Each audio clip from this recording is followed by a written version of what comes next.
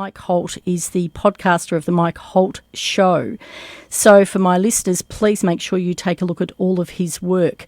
He's not just a podcaster, an extensive researcher and absolutely dedicated to the rights of Australians, and that includes beginning with our Constitution, our constitutional rights, the rule of law, elected members, who they are, what they are there for, and also something quite extraordinary, the bills of exchange. There's a lot in that, I know, but where I'm going with this is that Mike Holt is a man to be reckoned with and someone to listen carefully to. So stay tuned with this conversation because it's going to be a good one. Mike, welcome to the show.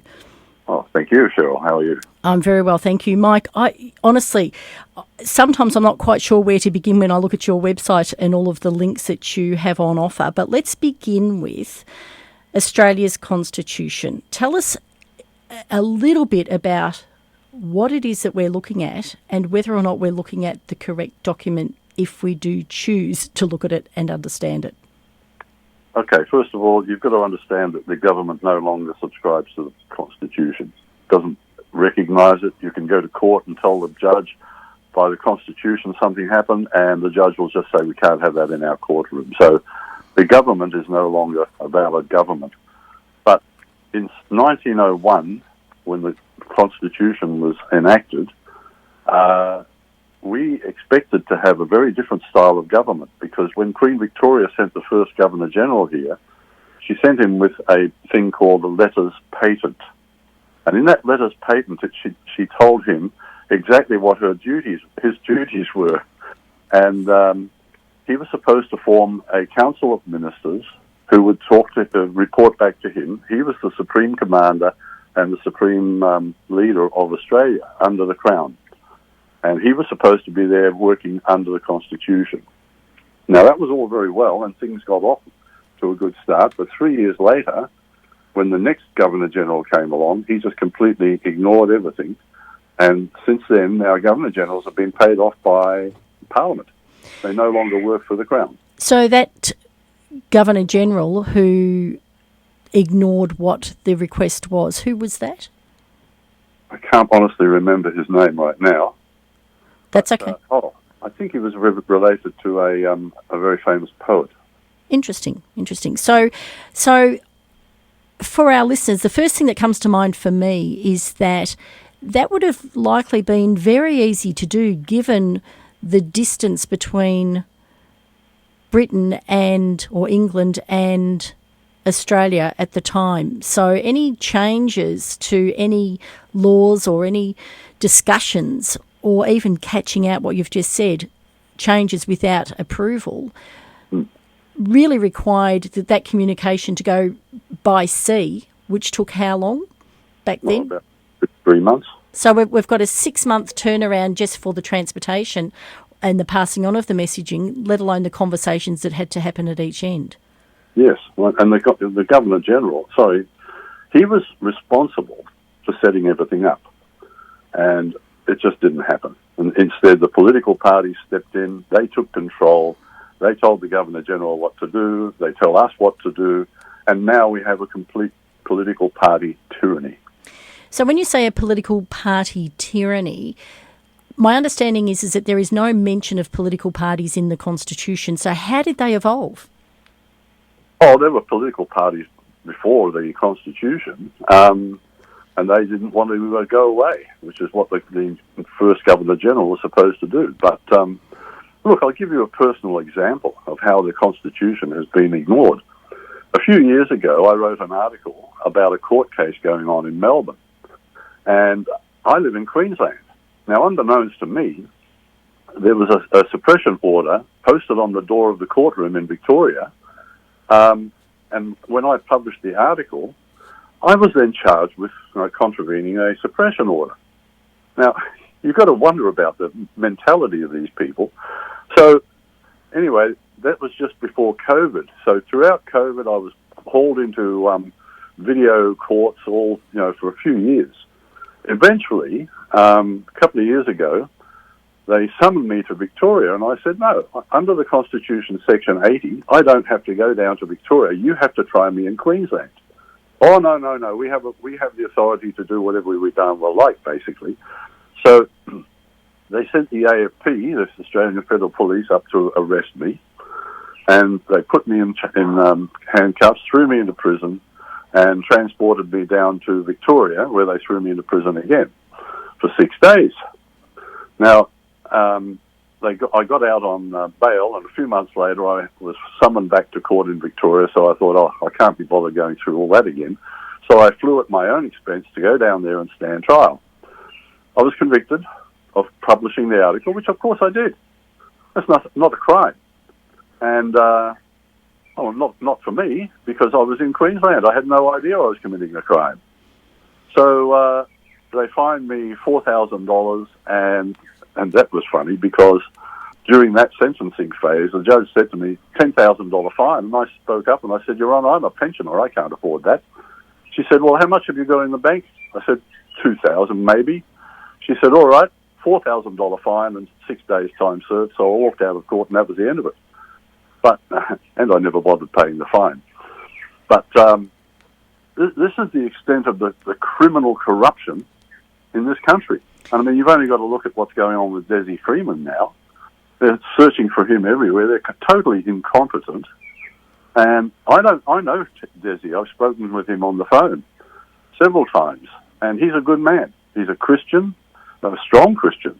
He's a family man, loved his kids. And he's not the type of guy to go out and shoot somebody just off the bat. And 8 cops came onto his property? I don't believe it. So, yeah, we have a serious problem in this country. Interesting you raised that issue. I've seen in the media this allegation that he calls himself a sovereign citizen, and there's some misunderstanding in what that actually means. Can you explain what a sovereign citizen is? Well, they are the sovereign citizens because they are sovereign. That means they make their own decisions, and they are citizens of the Australian corporation that claims to be our government. Now, did you know that our government is not actually our government? And in Section 7 and 24 of the Constitution, it states, only we, the people, have the right to choose our representatives. It doesn't say anything about political parties. So they're already illegal. But a sovereign citizen is it doesn't apply to people like me because I'm sovereign, yes, but I'm not a citizen of their corporation. Now, in 1972, when Gough Whitlam took power, him and Lance Barnard took control of all of the ministries, and they changed. First of all, they changed the Royal Style and Titles Act, and took out the Commonwealth of Australia. They changed the Queen's oath, or the oath in the Constitution, and they changed the Queen's title. That means basically the Queen no longer has any authority in Australia. Well, that's what they hoped. And they created a de facto republic. And, of course, nobody knew this. I actually witnessed it. And I just got out of the Air Force. And I saw what happened when Gough Whitlam came in. I had a mate who took advantage of all the money that Whitlam was handing out to people. That was our money, our tax money. And he came home one day and he said, I've got a $10,000 grant. I said, what for? He said, arts. I'm going to paint my floor with the money. That's how corrupt it is, you know. It's ridiculous. So they changed the whole Constitution. They took the Queen out of the Constitution. Then they registered it with a private corporation in the USA. So that's why all government organisations now have an ABN. Government does not need an ABN, an Australian business number, to operate. It operates under the authority of we, the people, right? It doesn't operate under an ABN if it's the real government. So that's how you can tell everything in this country now, it's illegal. If there is borrowing required, and I have read this from other sites other than yours, because I know there will be people there saying, who is this Mike Holt guy? What's he talking about? He's wrong, wrong, wrong. And they'll do everything to try to prove you wrong. And I say if you're correct, and I do believe what you are saying in terms of these explanations around the Constitution and so forth. if a government needs to borrow money, was that the reason why ABNs were established? And this corporation you're talking about, is it established in New York because of the need for the borrowing of funds? That's what some people claim, but no. It's look, in 1966, they changed over to dollars and cents, right? I was there for that. And we all had old Dollar Bill up there singing his little ditty saying what a wonderful thing it would be because we're too stupid to calculate pounds, shillings and pence, so the decimal system is better. But what they didn't tell us was that they were actually changing over to decimal currency because the banks in America said, look, we'll lend you these billions of dollars or millions of dollars that the government was borrowing, but you have to fulfill two things. One, you have to change over to dollars and cents to make repaying the funds easier. And secondly, you need to supply troops for the Vietnam War. As it turned out, I ended up being one of those troops. I was sent up into northeast Thailand. I was a communications expert. And I sat in a little tin hut up there in the boiling sun monitoring the communist transmission. So, no, it didn't have anything to do with the ability to borrow money. I mean, they had already borrowed to the hilt. We are so-called in debt. But who are we in debt to? That's a good question, isn't it? Is this where the bills of exchange come in? No. Okay, no. So my understanding is, and thank you for just saying no there, the reason why I asked that question is that my understanding is that that's actually how exchanges began when we first landed here, because there had to be an exchange between those of us, or those living in Australia, and people they were trading with other than the UK. No, the Bills of Exchange was enacted in 1909, long before. And basically what it does is it defines how money is made and used. So, and it's based on UCC rules, which is UCC 3, which is the international standard, right? So we have figured out that the rules actually state that when a government sends us a bill, it's a bill. But basically it's like a blank check. And all it requires to make a blank check into a financial instrument is two things, your signature and the date.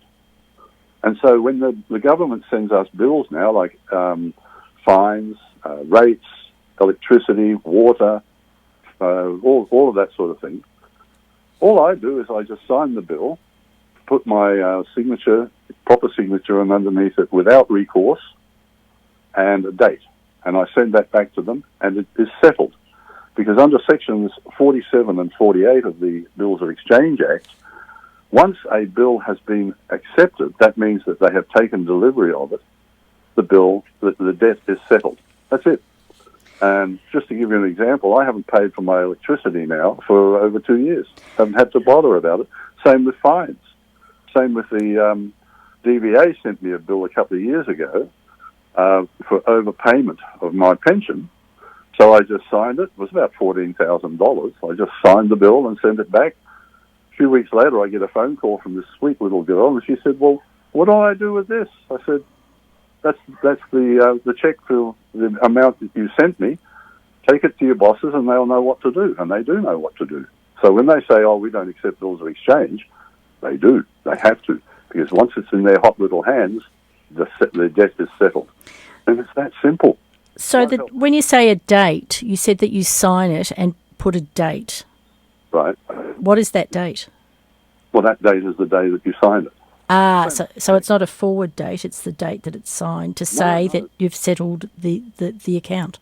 That's correct. That's what the law says.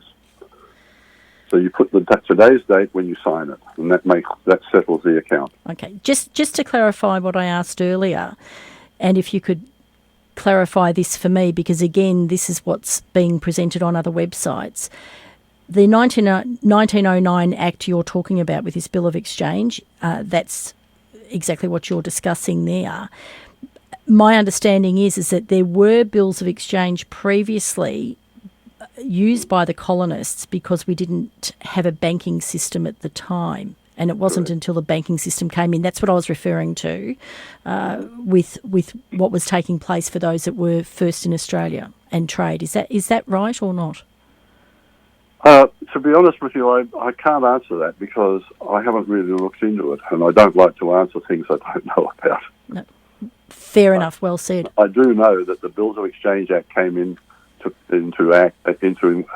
force in 1909. Now, here's what's very interesting.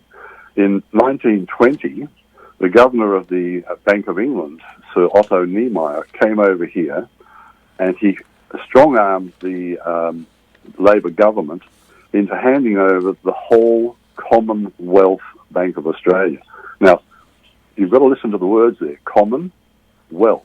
Now, the Commonwealth Bank was established by the people of Australia, and every Australian had their savings in that bank. They supported that bank, and it was so rich at that stage that during World War I, the Commonwealth Bank funded our full contribution to the war. And later on, the governor was asked, how could you spend all that money supporting our contribution to the war? He said, the Commonwealth Bank has so much money, we could have funded that war 6 times over. So it was a very, very lucrative-looking bank. So when Niemeyer came over here and strong-armed the Labor Party into handing it over, isn't it funny that it's always the Labor Party that's doing all this stuff to Australia? They just took it over and formed what they call the RBA, right? So the central banking system. Now, you've got to look into that. That's a whole new can of worms. Well, I tell you what, Mike, I will be looking into that. But you've answered something beautifully there, because I've always looked at that Commonwealth and wondered whether or not it did reflect what you've just shared. So for our listeners, you have opened up so many doors here, and there are so many ways in which we can continue this conversation. So you are going to have to come back, and we're going to have to drill down so much more in many of these issues. No problem.